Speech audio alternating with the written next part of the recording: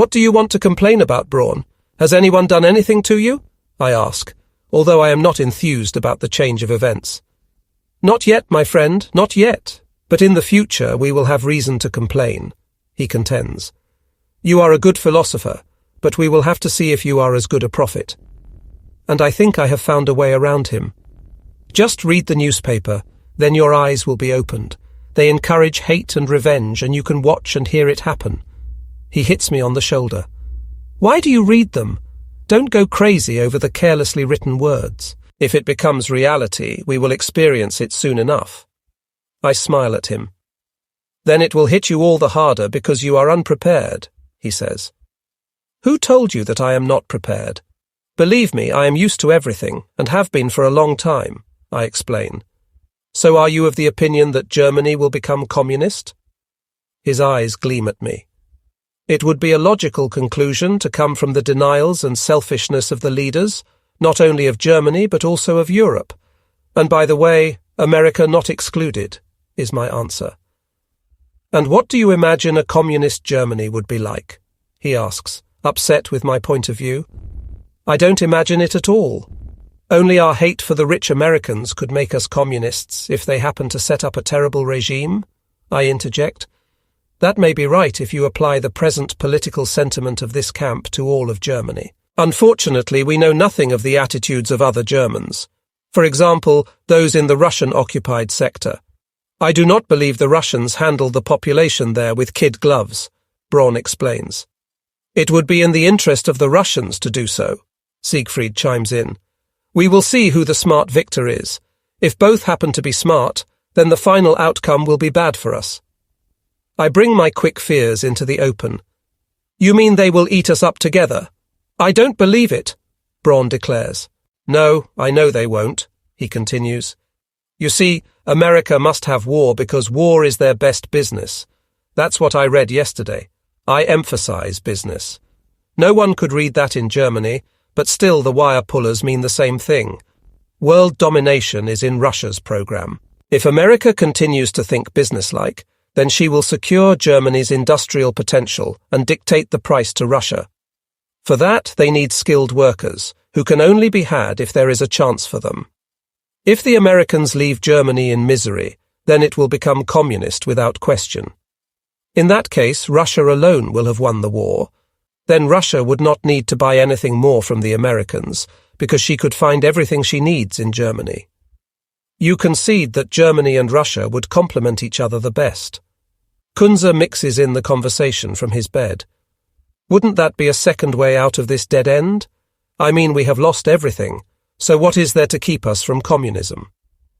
The Americans, Braun laughs, in that they will help us to acquire new possessions so that their own business will blossom. Why did you take up this damn topic, paint the devil on the wall, and then give the Americans the last word? I ask Braun on the way to the latrine. Because the nihilism is so rampant, he explains. They talk themselves into becoming communists tomorrow, but do not expect anything from it. Now they simply hate the Americans. They also hate the Russians. Yes, they even hate themselves, but they no longer believe. One has to turn a light on for them, otherwise they will fall into the morass. And what do you really believe? I ask anxiously. That we are not yet completely lost, he whispers into the night on his way to the wide street, where he makes his lonesome rounds night after night. As on just about every Saturday, the washroom of the third company is a beehive of activity. All the men are busy washing and scrubbing their work clothes.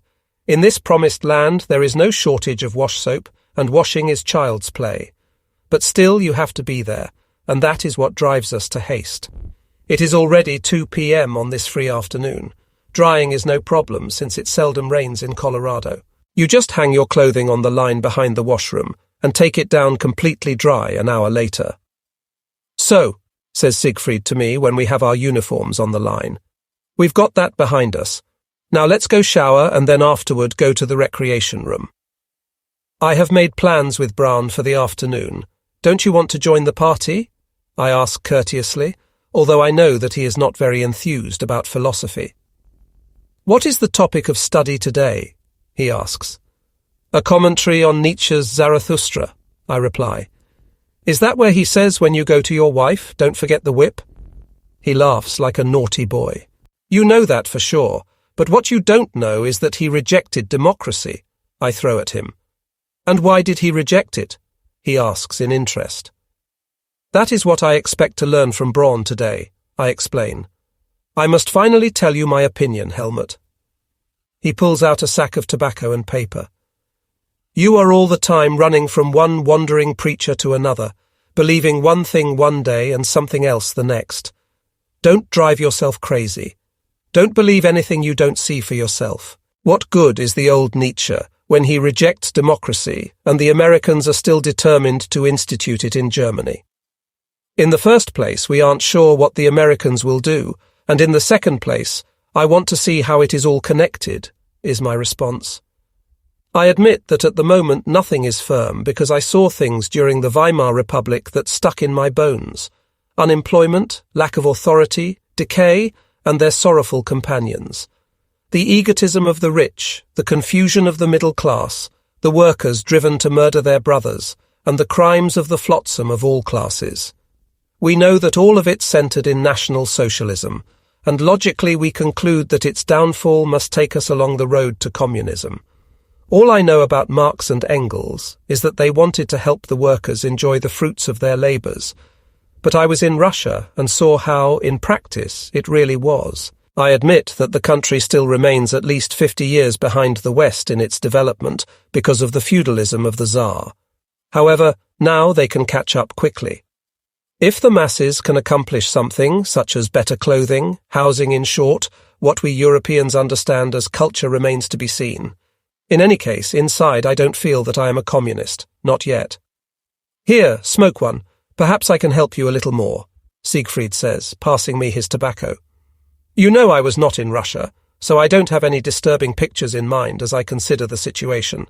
But still I am convinced that for Germany, Russian communism or Bolshevism is out of the question. We are an intelligent and industrious people that must live together in close quarters. I can imagine that if we were to develop a system based on the teachings of Marx or Engels, in which one does not rob the other.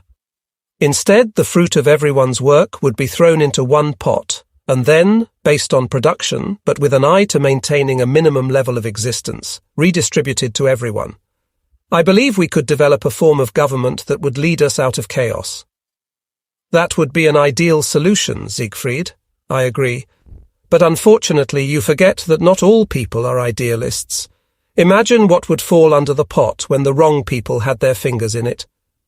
Naturally they would have to be watched, he interjects, and the watchers must be watched and so on until we are all watched. Who will then produce anything, and where will we find any free time? Here behind barbed wire, answers Braun, who joins us. Where have you been? I thought you were coming to the round table, he asks, disturbed. We wanted to take our dry clothes, Siegfried quickly answers for me. No, Braun, I admit. We were discussing the future and forgot about the time. Every discussion is fruitful, unless it is just gossip. Are you coming with me now? It is just about 4 p.m., he says, turning to go. Naturally. I get up. But I want Siegfried there too. I'm coming. Siegfried laughs and toddles behind.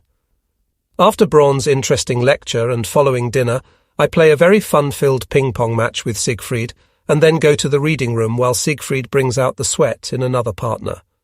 Somewhat bored, I leaf through an old magazine, amazed at the advertisements for automobile companies and feeling pure envy toward the Americans swelling up in me. I am hindered by the advertisement of a photo company. Even a second translation shows there is no other conclusion. There it stands under a photograph by an amateur. 3 American soldiers with their helmets in their hands on the grave of their fallen comrade, and nothing more and nothing less. You can make these same kind of pictures with our camera. You just have to buy one and so on and so on. Yes, is there really such a thing? I think out loud. Yes, says Kunze behind me. Even that too is America. Don't they understand the lack of piety? I shove a stool toward Kunze. They are realists and make business even with sorrow. Even mortuaries advertise for their caskets. He laughs, untroubled.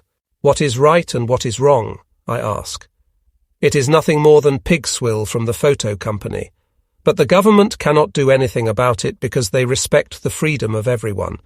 It is up to the individual people what they do with their freedom, he explains. What is your occupation, Kunze? I ask, and ponder the sympathetic face of the 30-year-old corporal. Industrial salesman. I had just finished training and wanted to begin to earn money. He scratches himself under the chin. Let's have a smoke, Kunze. We have much in common. Are you married? I ask and pass him my tobacco sack. Thank you. He reaches into his pocket. I don't care for the Arizona dust. No, I am not married, but I do have a fiancée waiting for me in Germany. Will she wait for you? I begin to be interested in him. Possibly, that is, I hope so. He laughs, somewhat uncertain. But you should know that. Calm yourself, I know, but you can't say that to everyone, otherwise they will consider you an idiot. For most men, the girls and even wives are only there for their pleasure. When they become old, then they make them cleaning women until they die. He pours out. You still have parents? I ask quietly. Yes, he readily answers. My fiancée is with them since her parents were killed at the beginning of 1944. We are from Schweinfurt, you know, ball-bearing industry, the thorn in the eye of the English.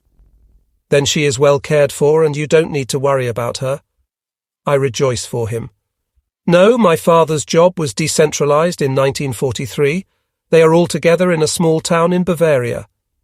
He laughs happily. They too are subjects of the Americans. I close the topic and we retire to the barracks together to go to bed. The work detail of students and salesmen rolls out of the camp. It is Wednesday, and just like any other day, the sun stands in the east full of promise. They will put it to us today, I think, as the truck of Mr. Roy Watson heads toward the city of Greeley. For the first time, the way to work goes through the city. As always, we have our bread in the box, while a small shadow in our stomachs longs for the time to eat. But now we have reached the first houses of Greeley, and we forget our hunger. Really a very nice farmer's village. Framed by well-cared-for lawns and weeping willows stand cute white-painted family houses, whose small windows look out through the screens like blinded eyes. But otherwise they are inviting, and in front of every house on the well-kept asphalt street stands a pretentious automobile such as we never saw in Europe. That would be something to take a wagon like that into the Rocky Mountains for the weekend. Kunze nudges me. And one of the pretty little kittens in a colourful sweater who can drive you wild with desire. That would be something for my father's son, Siegfried exclaims, so that even the weeping willows shake. We are only slaves, you idiot. How can you express such wishes? The pastor cuffs at him. Take your eyes away from the backsides of these dolls when you speak to me as a pastor. Siegfried pulls his leg as he actually stares at a curvaceous being as we depart the city. Mr. Watson said you should hoe out the small ones and leave the large ones. Siegfried translates the farmer's wish to the pastor. Tell him he can smell my behind. It is always that the little ones must die. But now I have control of the situation, and this time the large ones are going to have to pay the price. The former tank terror forgets his role as a priest, and actually does hoe down the large beets, at which a hail of curses escapes the farmer's mouth. You fire me when my work does not please you, the pastor screams in anger. What did you say? Watson asks, upset. You can fire him when you are not pleased, Siegfried translates quickly. Without a word, the farmer turns his back on the prisoners and stomps toward the guard. Together they come back along the pastor's row. As they reach the former tank driver, pandemonium seems to break out as 24 men surround them with their hoes. Okay, take it easy, it is all right. Take it easy and continue, the guard says, lowering his weapon and going back to his old place. Cursing, the farmer looks back. There is strength in unity also in this land, is the conclusion of this episode. At lunchtime, Mr. Watson is a changed man. We have worked hard for him. In thanks, he treats us to an ice-cold orange soda. The guard sacrifices his cigarettes. Contentedly we doze in the shadow of the cool barn. How soon it will be 1 p.m. If we have reached the irrigated section by 4 p.m., the farmer will take us home. Siegfried screams across the large field and scares everyone out of their grovelling in the sugar beets. The eyes of the men wander along the deep green rows, assessing what still needs to be done. That's nearly 200 yards, the first offer their guess. We can do it. A few are already excited. We cannot show what we can really accomplish, otherwise tomorrow they will more of us, warn the cautious. Dig in, you lumpheads. Before the others get back to camp, we will have showered and eaten, they respond convincingly. 10 minutes before 4 o'clock, the truck rumbles from the field. Greeley lies like it is dead in the gleaming sun. Whistling, we return to the camp. Water is the gift of God, Kunze says as he hurries under the shower. But to drink it continuously is no good, the pastor instructs. We learned to treasure it in Alençon. What do you think, Helmut? Siegfried shoots out like an arrogant youth. I don't remember, otherwise I have bad dreams, I reply through the thick soapsuds. I came from Marseille to Cherbourg. No one needs to explain anything to me. Kunze winks. Shut up, or tomorrow I will go wild and tear out the sugar beets, someone cracks from the corner. America be praised, the land of water and sugar beets, the pastor says, festively wrapping a towel around his hips and tapping out a few rumba steps with his wooden sandals. A few minutes later in the dining hall we sing the song, I am in love with Erica, just like Columbus with America. You won't be in love anymore? The mess sergeant mumbles, depressed. Why? Did you put too much salt in the soup? We ask, untroubled. Today we received only 2 small potatoes and 1 herring for each person, he answers, proceeding to dish it out. The bums, the swindlers, we won't do one thing tomorrow, swells the anger immediately throughout the hall. It is worse, as the cook throws the herring onto the plates. The canteen does not have any more tobacco, and in the future 1 pack is to last us for 14 days. Then we will refuse to work, is the total commentary. Be reasonable, the camp spokesman warns us that evening as the majority vote to strike. What can they do to us? No food, no work, that's logical, say our hotheads matter-of-factly. They can't do anything more to us if we are united because the farmers need us, is my view. Then the company leader and camp spokesman should go to the commander and lay out the situation. We are willing to work, but we want something to eat, Kunze joins in. That is a suggestion that we can get a hold of, agrees Siegfried. That's the way it should be, concludes the entire company. At 9 a.m., our company leader reports the results of the discussion with the other companies and the position of the camp spokesman. It is not possible to form a united position with all the companies. The Austrians in camp are opposed to any threat of strike. The majority is also against refusing to work at present. The camp spokesman has guaranteed that in the morning he will speak with the commander about the possibility of a strike and indicate what that would mean for the farmers. He urges us to go to work, explain our situation to the farmers, and try to do the best work we can. He believes if the colonel is unwilling to agree with them, then the farmers themselves will persuade him. In this region there is no workforce to replace us, except a few Mexicans that we meet here and there in the fields. Every day the beets will grow longer. The next thing they need to do is water them with the stored water from the Rocky Mountains. All of the advantages are on our side. Even if it comes to sending us to a punishment camp, they will have to bring in other prisoners from far away. But that will cost time and money, and if they are not given anything to eat, then the whole circus will start again. So, comrades, go out tomorrow, make the farmer angry, and you will see that we will receive our food. The company leader ends his wise counsel, and comforted, we all retire to bed. The pressure on the farmers has worked wonders. Not that we have had a great feast, but at least a minimum for existence is assured. But in return, the quotas are raised, something that cautious people could see coming. The incentive to return earlier to camp resulted in a number of groups returning to camp by 3 p.m. The Austrians, who normally were quite lazy, are especially industrious. No wonder then that the Americans, with their keen sense of business, reach such conclusions. In the meantime, the newspapers have poisoned the whole atmosphere with their reports of the German concentration camps, about whose existence we had no idea. We knew that Hitler locked up those who spoke against him, but the gassing and complete destruction of the Jewish people in the lands controlled by the Third Reich was not known to anyone among us. But now we have to bear the consequences of the inhumane crimes, even though it surpasses our understanding to believe that these atrocities happened. To help us understand, today we do not go to work, but must view a film that was made by the Allies as they liberated the German concentration camps. If one had been able to film the rage of the plague or cholera in the dark Middle Ages, then every mortal person on this earth would be inclined to doubt the reality of what we saw and pass it off as hate propaganda. Some among us maintain that they saw such burned corpses in Germany after the attacks with phosphorus bombs. Also, the Polish officers that Germans found in Katyn are supposed to have looked like that. Personally, however, I distance myself as a German and a soldier from now on, through all eternity from this 1,000-year Reich, with all of its lies, inhumanity and accomplices, who knowingly carried out and covered up these beast-like atrocities. But as an individual, I am ashamed to my bones to be a human being.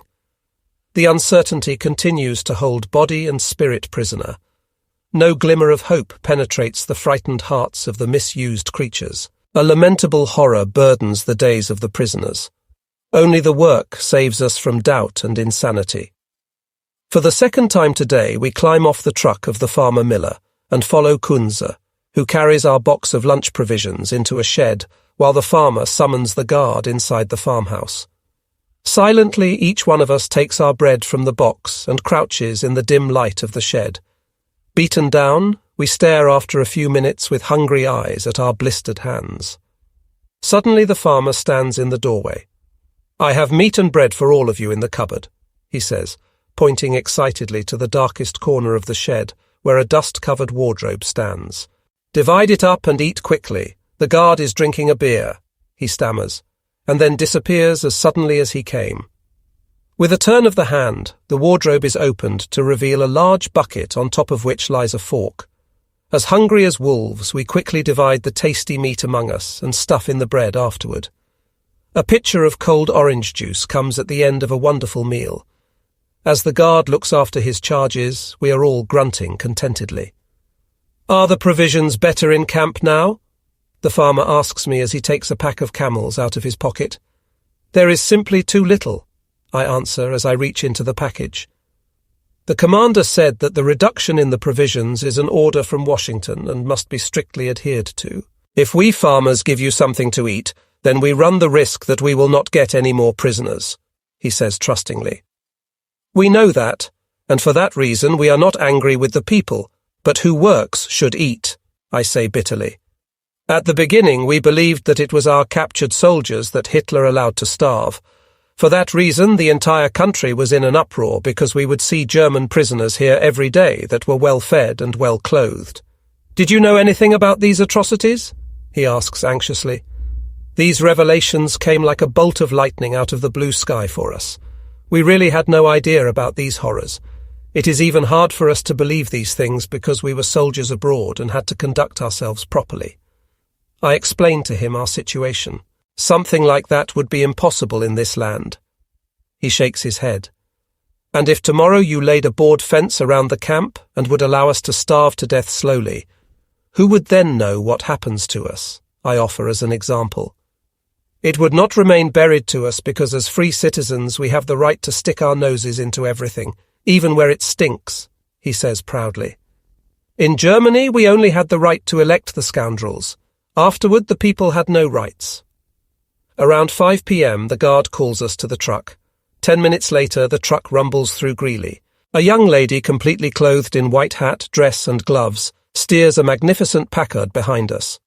For us prisoners, a picture from a dream. As we cross the railroad tracks, we must stop. She pulls the Packard up close to us.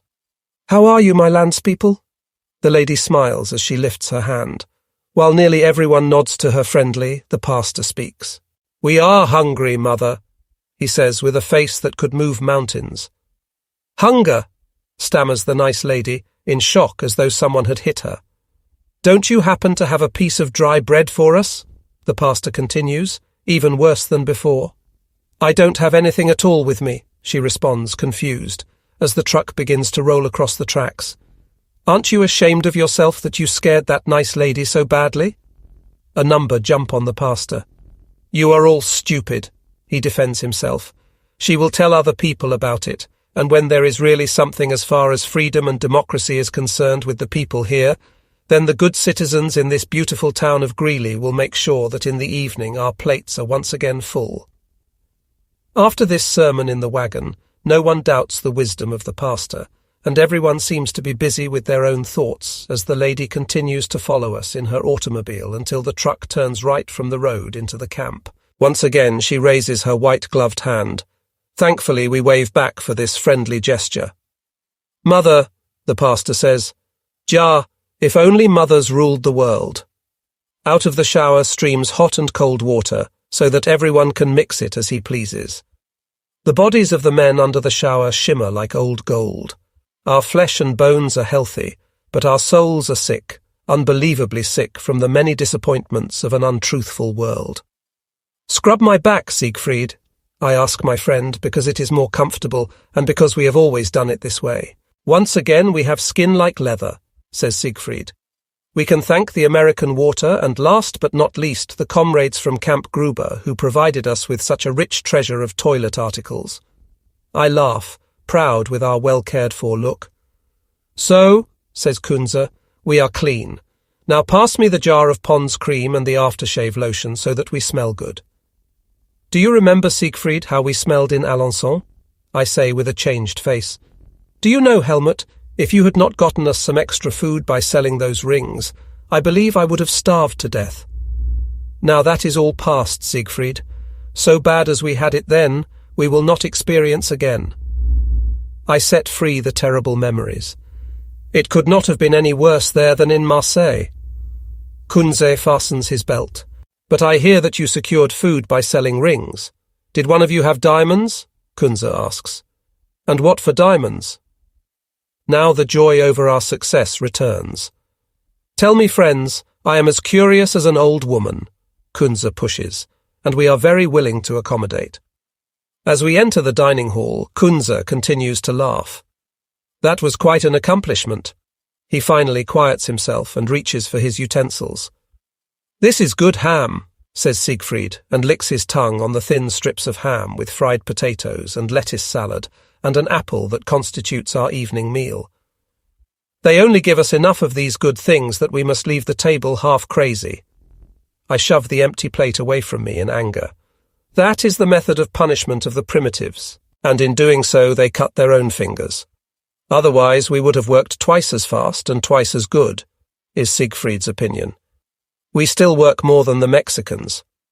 Did you see how far back they were last Monday? The farmer is very envious of Mr. Bean because we leave his Mexicans behind, Kunze interjects. We are dumber than they, Siegfried comments and collects the empty plates. After 2 chess games, we leave the recreation room to go for a chat. The sun has just disappeared behind the highest peaks of the Rocky Mountains, but there is a gold tint still on the glaciers. We had a real great guard with us in the field.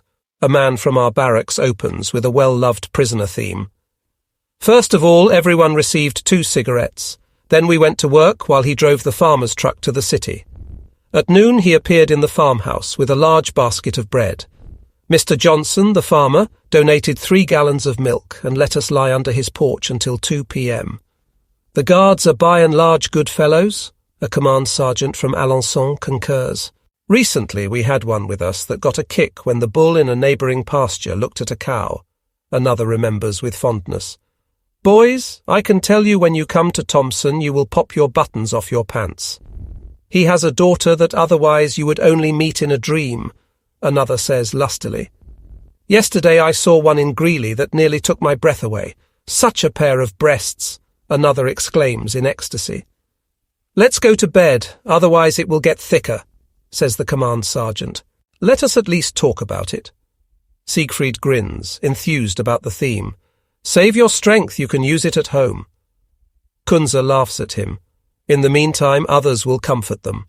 Another winks cynically. At the moment it looks pretty shitty for us. On Saturday they will show us a film about life in Alaska.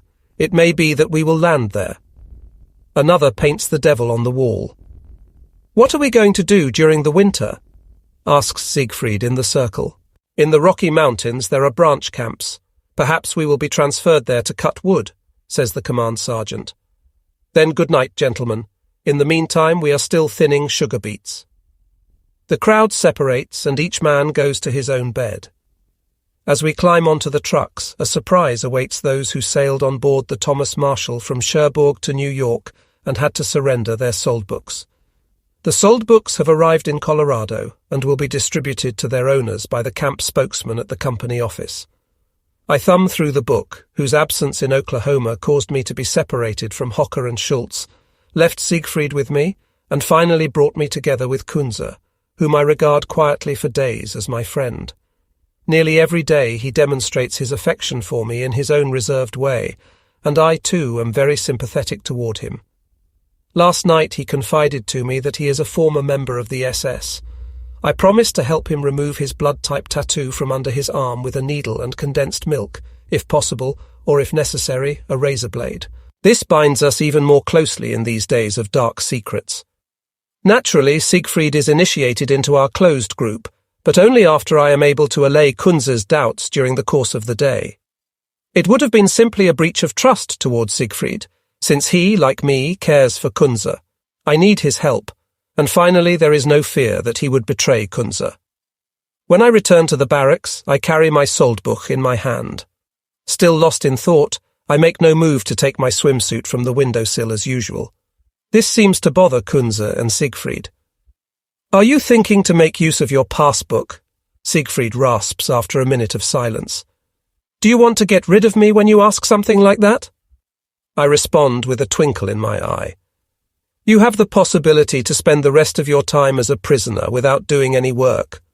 No one would blame you. In fact, just the opposite. Why should we hack sugar beets for the Yankees? They give neither us nor our families in the homeland enough to eat," Kunze suggests with a shrug of the shoulders. "I will tell you something, men. The work in the fields is good medicine for us. If they had not pulled that trick on us with the sold books, we would all be in Oklahoma picking cotton. But fate chose another course for us, and we already know why. I am very sorry that I lost Hocker and Schultz. But did I really lose them? Certainly not. The time we were together has only ended.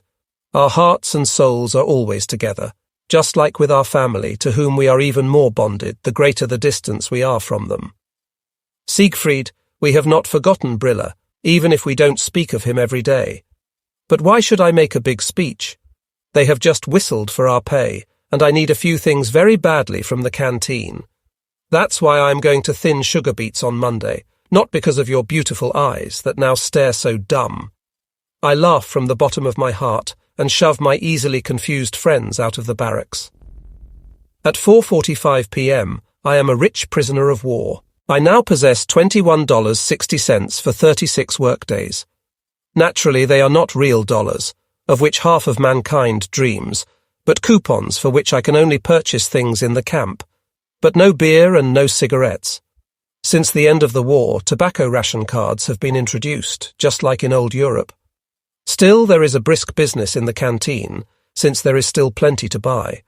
And what brave soldier does not think of his suffering loved ones when he looks at it all? It is a paradox that in our present camp, when our return home seems so remote, every comb, sewing needle, fine toilet soap, skin cream and such things are purchased in great quantities. But in the first place, what else can we do with the hard-earned money? And in the second place, there glows a flame of hope in the furthermost corners of our hearts, that one day we will see our homeland again. That is why on payday everyone goes shopping, and those items meant for the dear family members are buried in the bottom of the sea sack like a treasure. Even we three friends are no exception. After dinner, thick clouds of cigarette smoke hang in the barracks, so that it is nearly impossible to remain inside. A glance in the recreation room is enough to quickly close the door. The table tennis is occupied and surrounded by those waiting.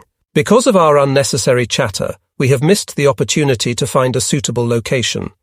Only the latrine, in which is located the shower and washrooms, lies lonesome in the dim glimmer of the camp lights. The moment is right. The operation can begin.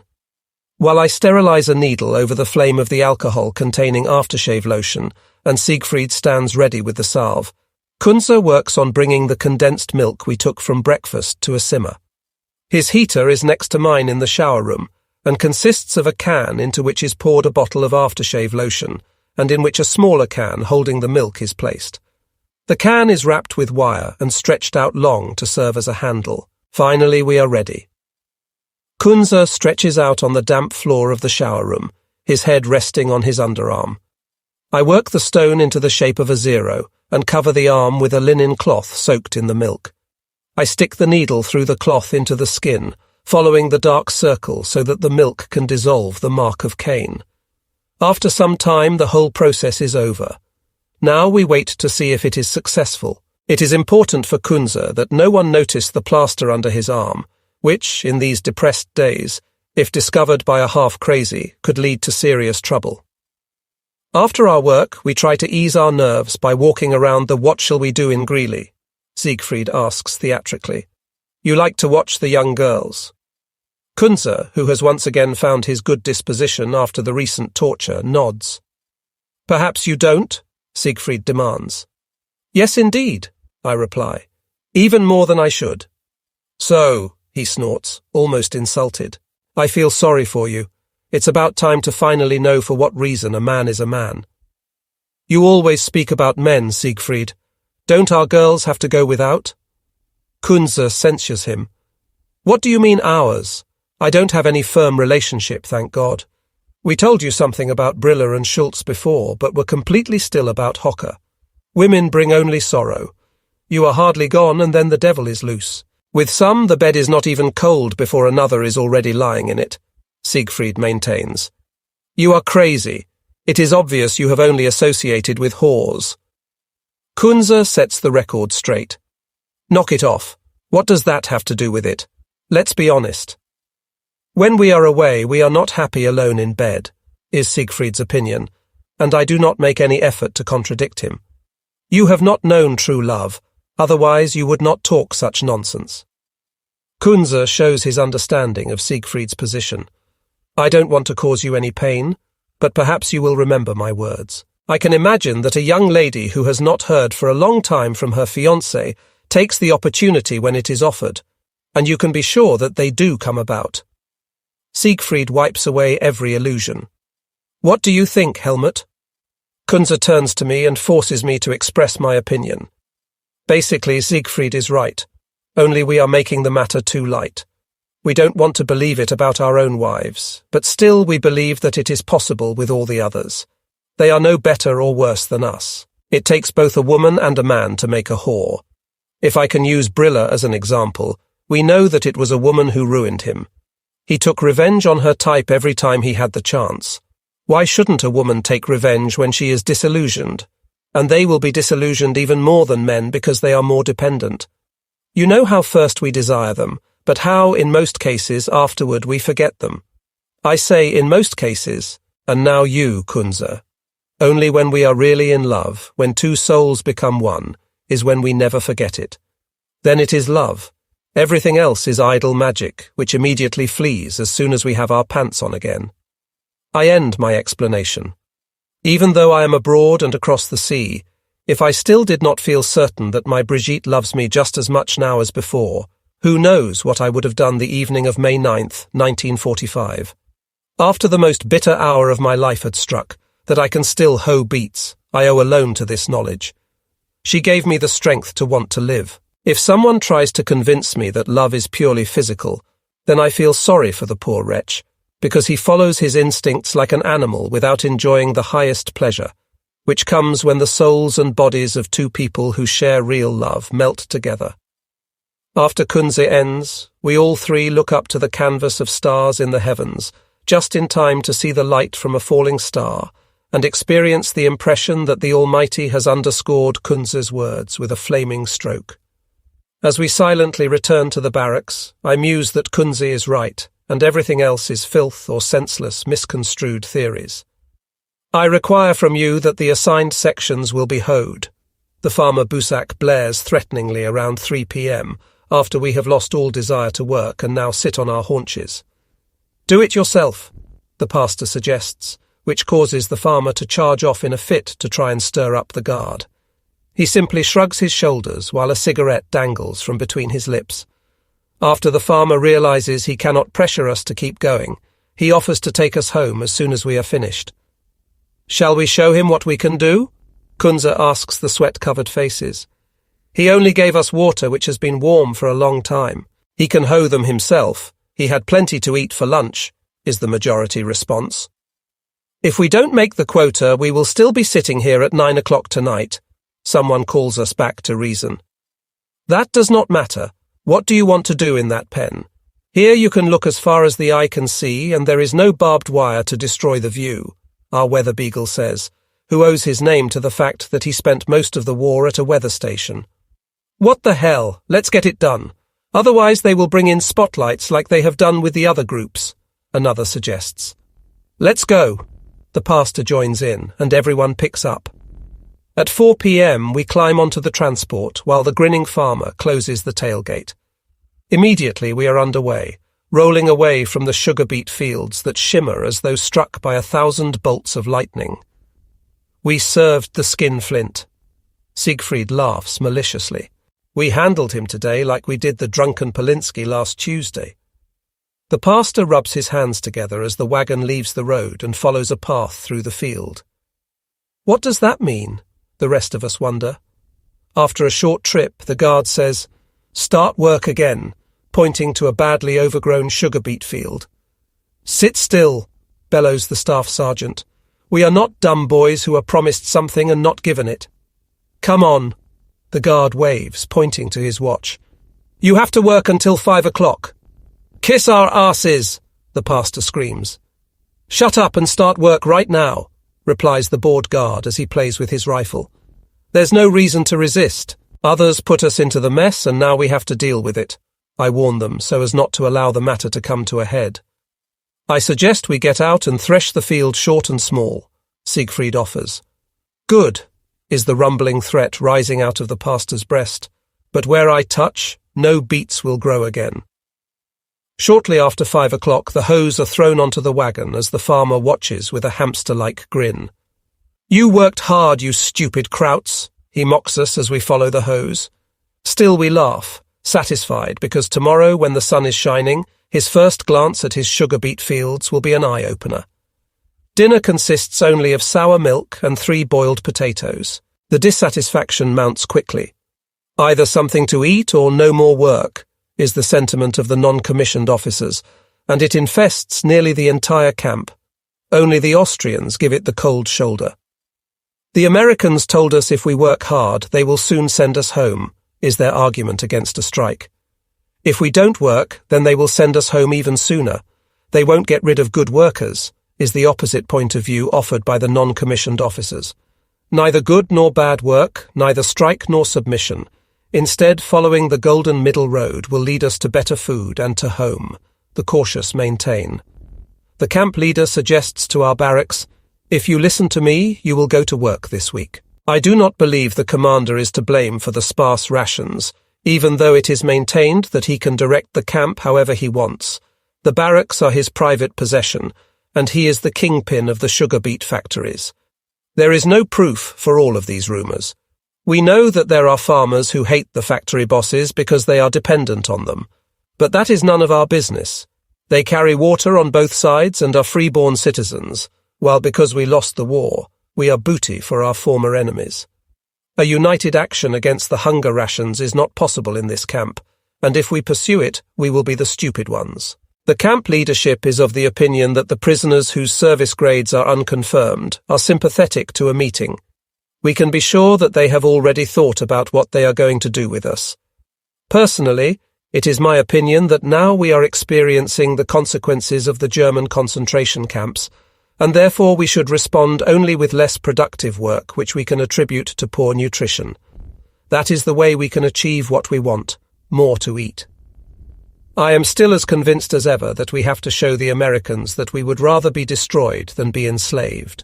Our rabble-rouser begins another speech. It is clear that the camp commander has to submit reports to his superiors. When he writes that the German prisoners are quiet and productive despite the shortage of food, then the Americans will think they can experiment with us any way they want. We have already seen the third film about fishing, timbering, and fur trapping in Alaska. The thought will not leave me that one of these days we will be, like the Afro-Americans, second-class American citizens. In the grand scheme of politics, it looks like the Americans and the Russians will come out very well.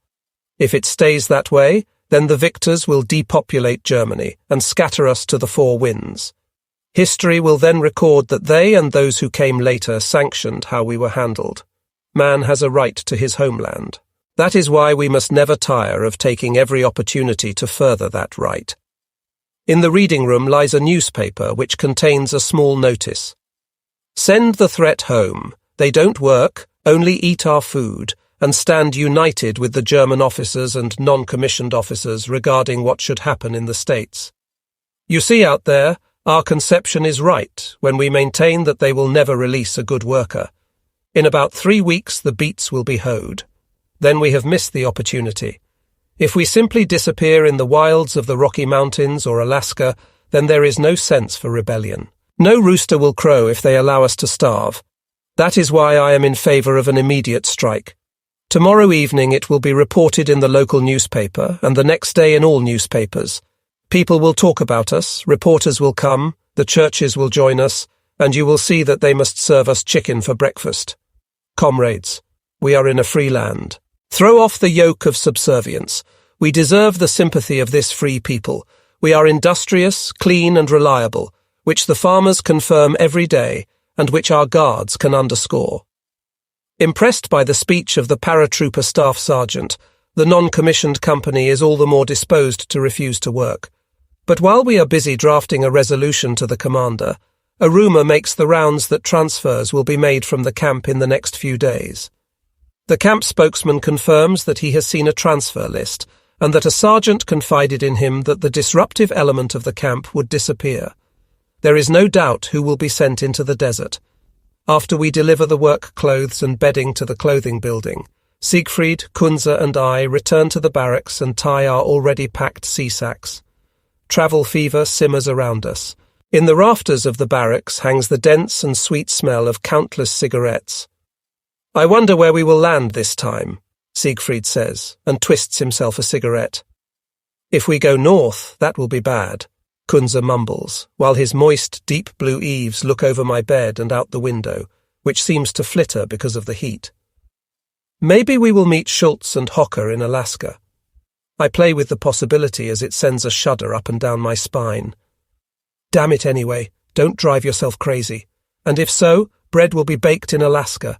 Perhaps in the meantime Hocker got the recipe for bear bacon, then nothing can go wrong. Siegfried snarls and grabs his sea sack, since the whistle for assembly has just— "Get out of here!" screams the pastor. I have to clean out the room. That today of all days I have barracks duty.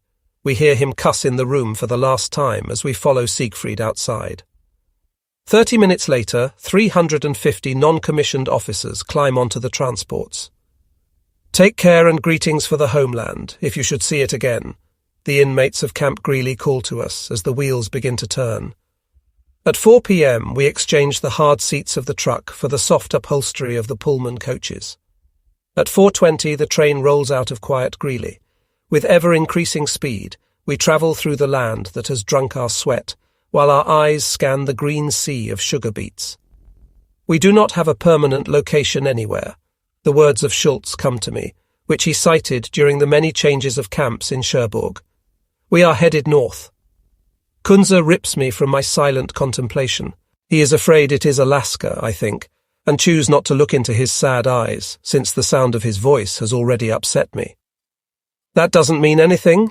We have been travelling only for an hour.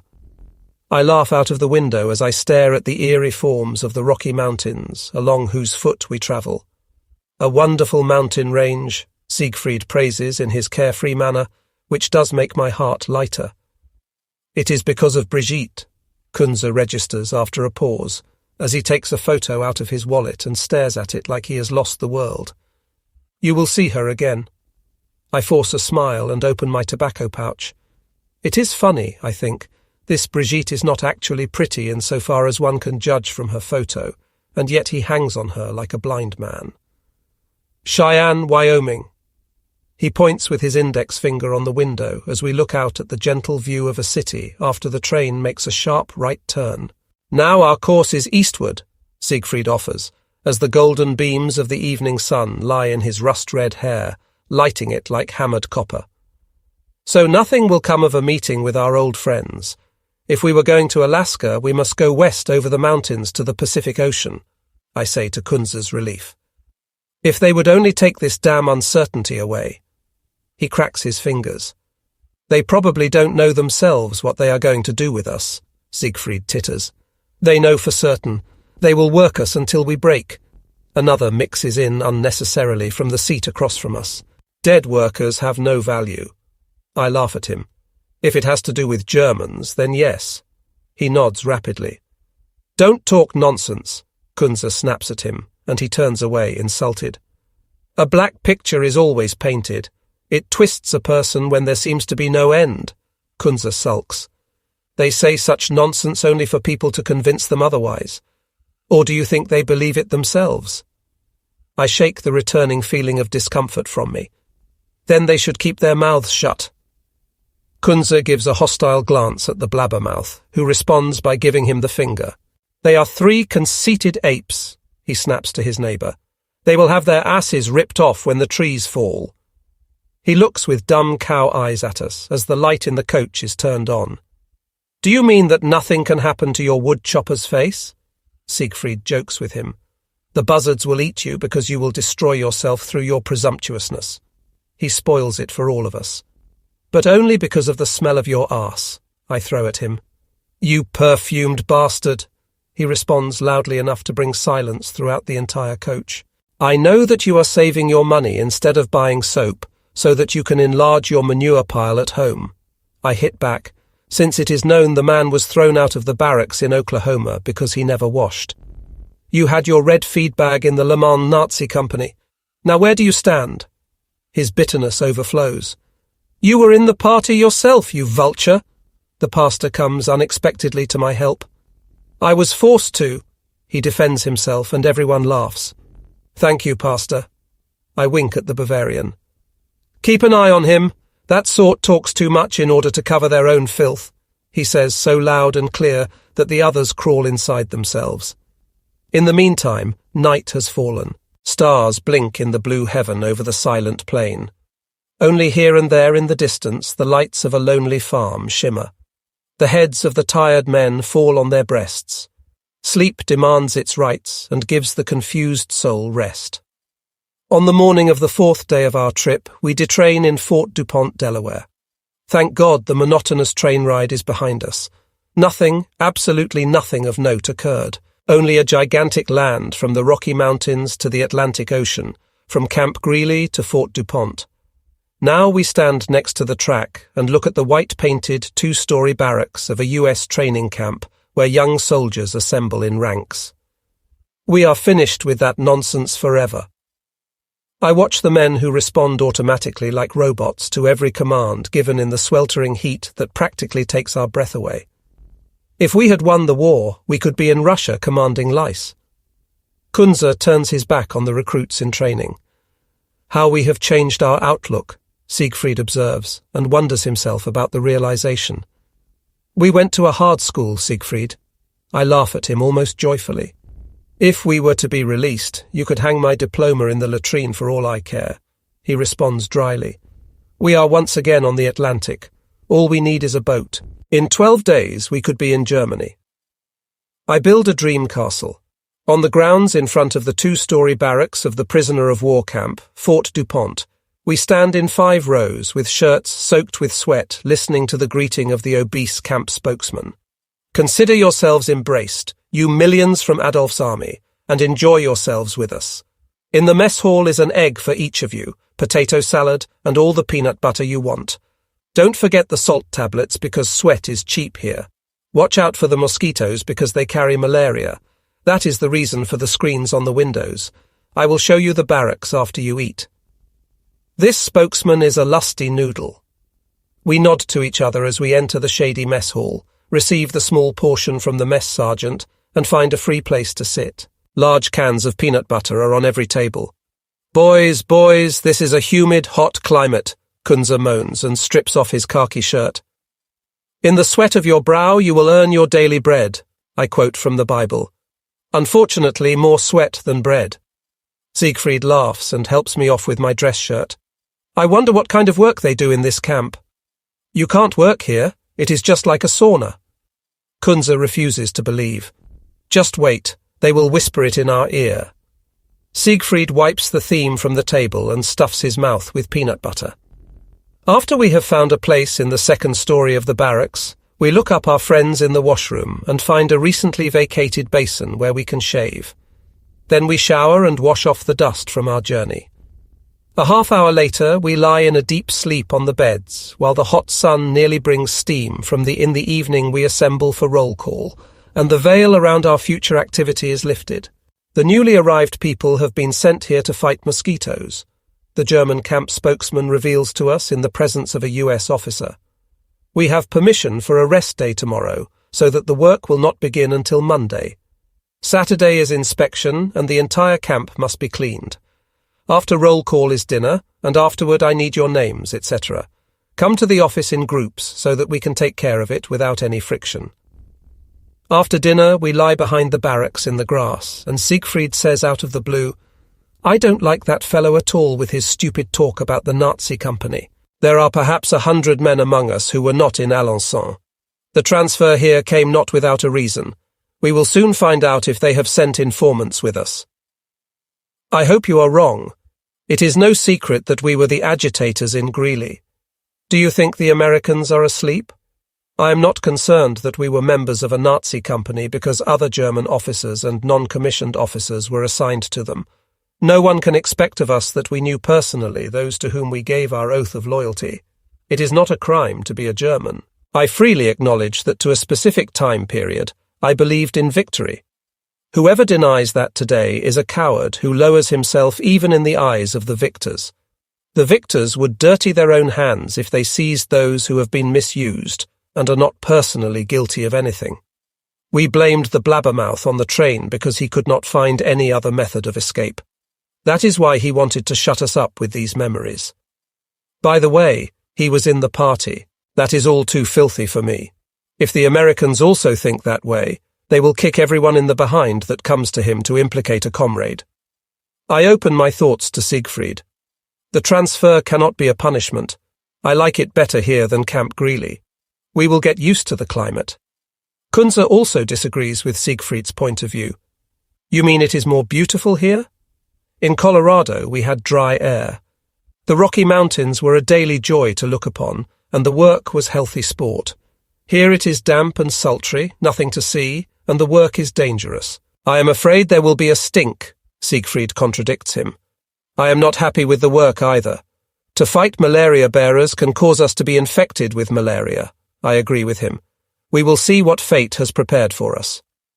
Kunze rises and goes into the barracks as retreat is blown in the training camp. After a boring Sunday, most of which we spent sleeping behind the barracks, we climb on board the trucks without any concern. The spray cans and containers of poison have already been loaded, a fat sergeant confides to us.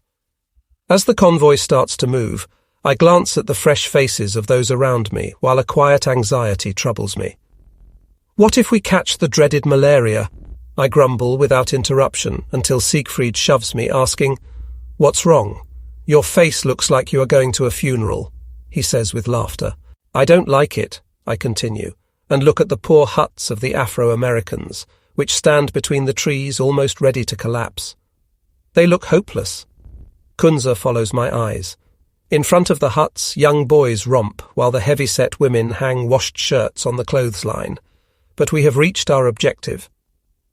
The trucks stop at the edge of a thick woods which reaches to the edge of the village. Here is where the Atlantic Ocean begins. The pastor shoves his hands into his pants pockets, spits into the shallow, dirty water at our feet, and then stretches out his arm as though he is trying to pull the horizon toward land. Over there lies Germany, he screams like an actor on stage, and many pairs of eyes look out toward the line where sky and water seem to unite. At 9:30 a.m. we fill the spray cans with the liquid poison from the containers, Like unknown beings, we speak from under the mosquito nets. Practically nothing can happen to us as long as we use the gloves and nets. There is nothing to see that is flying. We are to destroy their breeding grounds, which are on the edge of the countless ponds. We go to work. President Lincoln had a German in his cabinet. Schurz was the brave man's name. Siegfried grins as Kunze and I look at him in amazement after he has stretched out in the grass. "So what?" Kunze asks. "What does that have to do with your laziness?" "It has a lot to do with the situation." He nestles his head in his crossed arms. He was opposed to slavery. That is why I am so sympathetic to the old countryman. I am also against it. You were not lazy in Colorado. Kunze still wonders and shakes his head in confusion while I lie down. Get up, there are snakes, black widow spiders, and whatever else I don't know. He bids us without comfort. Lie down, you earned your pay long ago, Siegfried encourages him. If the guards come, then we are the stupid ones. He hesitates. They are not that stupid that they put themselves in danger. I close my eyes and finally Kunze decides to do the same. Around us is a quiet like we have not enjoyed for a long time. Finally alone. Finally no glance of the guard or cry of the concerned comrades. Our only witness is the silent wood in which an unknown, secret-filled life goes on that is sympathetic to us. Quietly the branches of the slender trees bend to frame the joy of three friends, who are in difficult circumstances but are drawn from consciousness into dreams. As the sun rays slant through the roof of leaves from the west, a shrill whistle rips us from our heavenly rest. "Quitting time, gentlemen," Kunze says and springs to his feet. "Is it so late?" I ask. "It may be 4 o'clock, Siegfried suggests, fingering his tobacco pouch. "Don't smoke now, we have to go to the vehicles," I insist. Good workers are the last to leave their workplace. He grins, but shoves the tobacco in his pocket and trots with us to the assembly place, where everyone arrives within 10 minutes. "We left the spray cans lying there," Kunze whispers in my ear as the guards count the group. "We must get them," I say, shocked. "Otherwise we will have trouble with the sergeant." "Calm yourself, we dropped ours in the water long ago." The staff sergeant grins at me. "Are you crazy? There will be trouble for sure," I declare. "That's what we want." "Do you believe they will do something to us?" the staff sergeant asks. "We slept like young gods." I reply with satisfaction and climb on the first truck. The camp is busy as the returning work details turn in their equipment. "Where are the spray cans?" the sergeant screams at us in English as we push by him. "We don't understand." We laugh and pick up the tempo to get to the barracks while he is busy with others. At evening roll call, the situation comes to a head. It is not possible for the Americans to say which group did not turn in their spray cans, and so they want to know from us. But 350 German prisoners of war stand as silent as the grave. It could not be the intent of the guilty parties to bring punishment to all of you because of their foolish action. The German camp spokesman tries to change our fate after all of the efforts by the Americans have proven fruitless, including taking away our dinner. "Be calm and keep your mouth shut," is whispered through the rows, until everyone realizes that there is nothing to be learned from this crowd, and we are ordered to our barracks, where instead of dinner chess or cards await us. At 7:30 p.m, the camp spokesman and the sergeant go through the barracks to try and shed some light on the matter. But everywhere they run up against icy resistance. "We returned everything we had," is the response on all sides. "Be reasonable," he begs. "The kitchen will serve the food immediately as soon as the Americans know where the spray cans were left." "He can take the snake feast to the mosquitoes," is the response to his good intentions. "You are cutting your own flesh because you won't get anything to eat until the matter is resolved." The sergeant goes over the spokesman to play his last trump. "Tell him that we are used to hunger, and while we are afraid of him, we are not willing to submit," a self-appointed spokesman responds, a man who in Alençon would slip out of the camp at night to steal milk from the French farmers and return to his comrades in the morning grey, satisfied and loaded with rich booty. "That is nonsense. You can't hold out. They will punish you with hard labour. Men, be sensible. Don't make the situation extreme. The Americans have enough of a sense of humor to close their eyes one time. He tirelessly continues to press the matter. In this climate, dinner is already spoiled. If we don't get any breakfast in the morning, no one needs to imagine that we will work, is the last answer to the begging and threats of the camp leadership, despite the desperate, "We have maneuvered ourselves into something for which we cannot take responsibility." I open the conversation after the camp spokesman and the sergeant have gone. That's right. Those who travelled with us from Alençon nod to me. But there is no return. We have suffered so much injustice that we simply no longer know who in the future will be right. They should send us home and stop this eternal rape of the little man. Do you really think we should not work in case they withhold breakfast? Is now the determining question in the sweltering room. I am of the opinion that everyone should be allowed to decide for himself what he thinks is right. Otherwise, injustice would be found on our side. Kunze throws into the discussion. What do you consider right? Asks the pastor anxiously. As the provisions, so the work. Kunze laughs into the serious faces. According to that, I understand no food, no work. Is that right? Booms the bass voice of the staff sergeant. I have been understood, Kunze offers, satisfied. What will the consequences be? Dr. Brown asks after a pause. At the most hunger, and that we have become acquainted with again since the 9th of May, the pastor expresses, uncaring. What do you think? Braun turns to me. This time I don't have an opinion, but I am willing to follow any decision like a good soldier. I dodge the responsibility. Then I will tell you something. Braun jumps to his feet. I have, to this point, never been mixed up with the business of forcing people to obey. It has usually turned out right how the group has responded to the pressure of the Americans. But we cannot forget that this is possible only because of their mentality, which is prone to respect the freedom of the individual in general. You know without a doubt that this does not have anything to do with the equipment.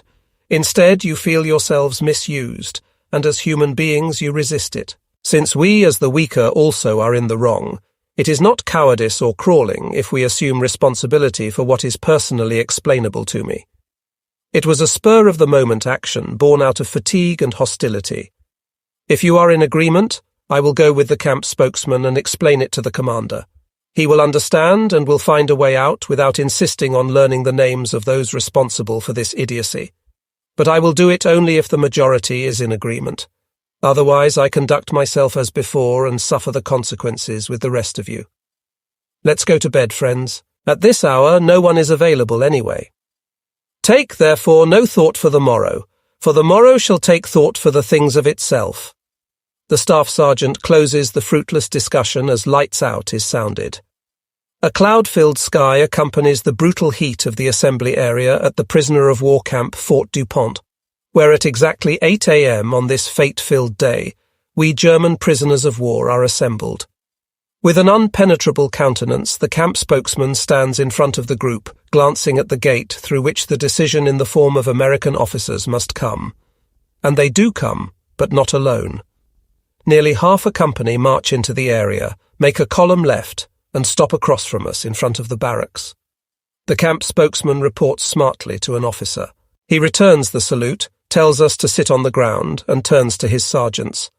Minutes later, they send the brash young soldiers into our quarters.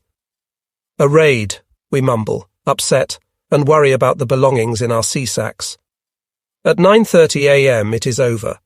The Americans have gone and we go to the mess hall for breakfast.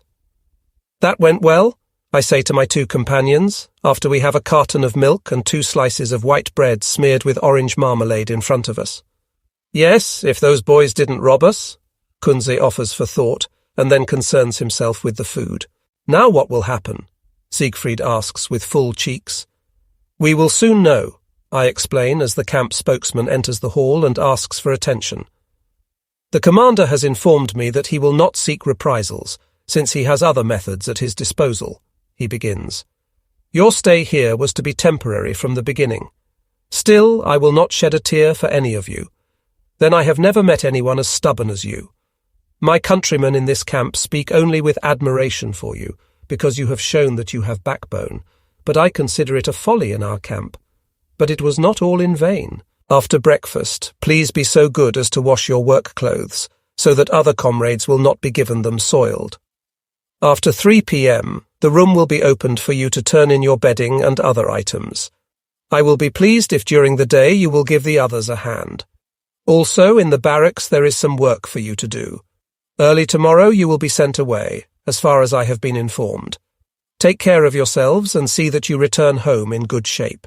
I can't get rid of the feeling that there is a shortage of men there. After he has ended, the barracks threatens to collapse from the stamping of feet which accompanies him as he leaves the hall. The spokesman reminds me somewhat of Schultz, I scream in Siegfried's ear. And me of my father when I broke a window in the neighbour's house.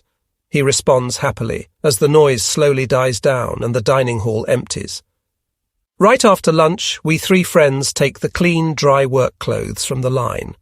We fold them neatly and take them to be collected by comrades who will turn them in later. Satisfied, we lie on the beds and eavesdrop for a while on what is going on inside the mattresses. At 3 p.m., the refreshing listening duty is at an end. A cold shower revives the blood, after which we help the work details to restore the camp to a new glow. During the daily inspection, we see only satisfied faces. The sergeant appears during dinner to observe the tranquil serving of the food, but his mouth starts to water, and he leaves in order not to be overcome by his desires. We lie in the cool grass in the shadow of the barracks after our day's effort, and wonder about where we will end up. Perhaps for a change we will work in a factory, I comment, and thereby dislodge a mighty discussion. That is out of the question. To be a coolie in a stinking sweatshop, the staff sergeant begins. I could work as a locksmith since that was my civilian training, the pastor interjects. They could use me in the factory canteen because my father-in-law had a bar that I am to take over one of these days. A young non-commissioned officer jokes. I'll go to the office, Siegfried adds. And I will go home, says Kunze, who has had an especially difficult day. That brings silence to the group.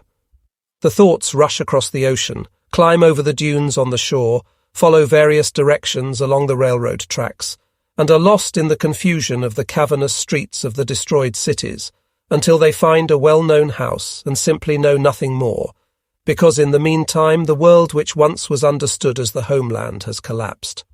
Not until a bugle blows retreat from the training camp do we finally search out our beds.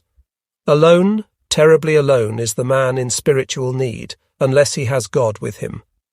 The voice of the camp spokesman is drowned in the noise of the engines. Laughingly, we wave goodbye to him as the wheels begin to turn. Fate takes us away from people who were well disposed to us. The guard passes around a pack of cigarettes while his eyes shine with what is best in people, sympathy for others. Where are we going? Siegfried asks when he offers him a light.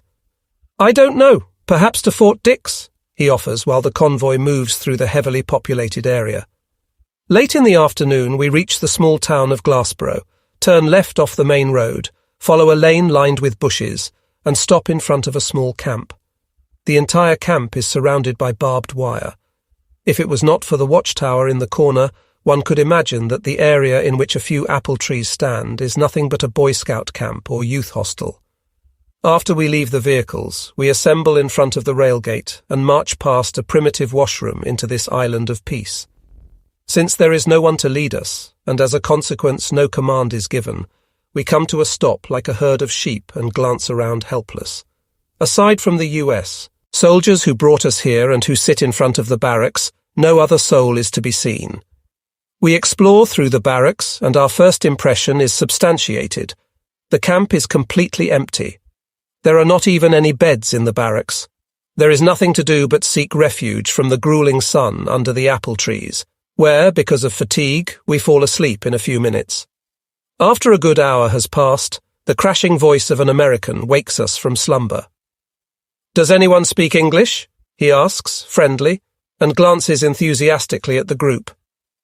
Yes, answer many voices in chorus, at which he selects the best ones with a wave and calls them out for a meeting which is immediately translated by our comrades.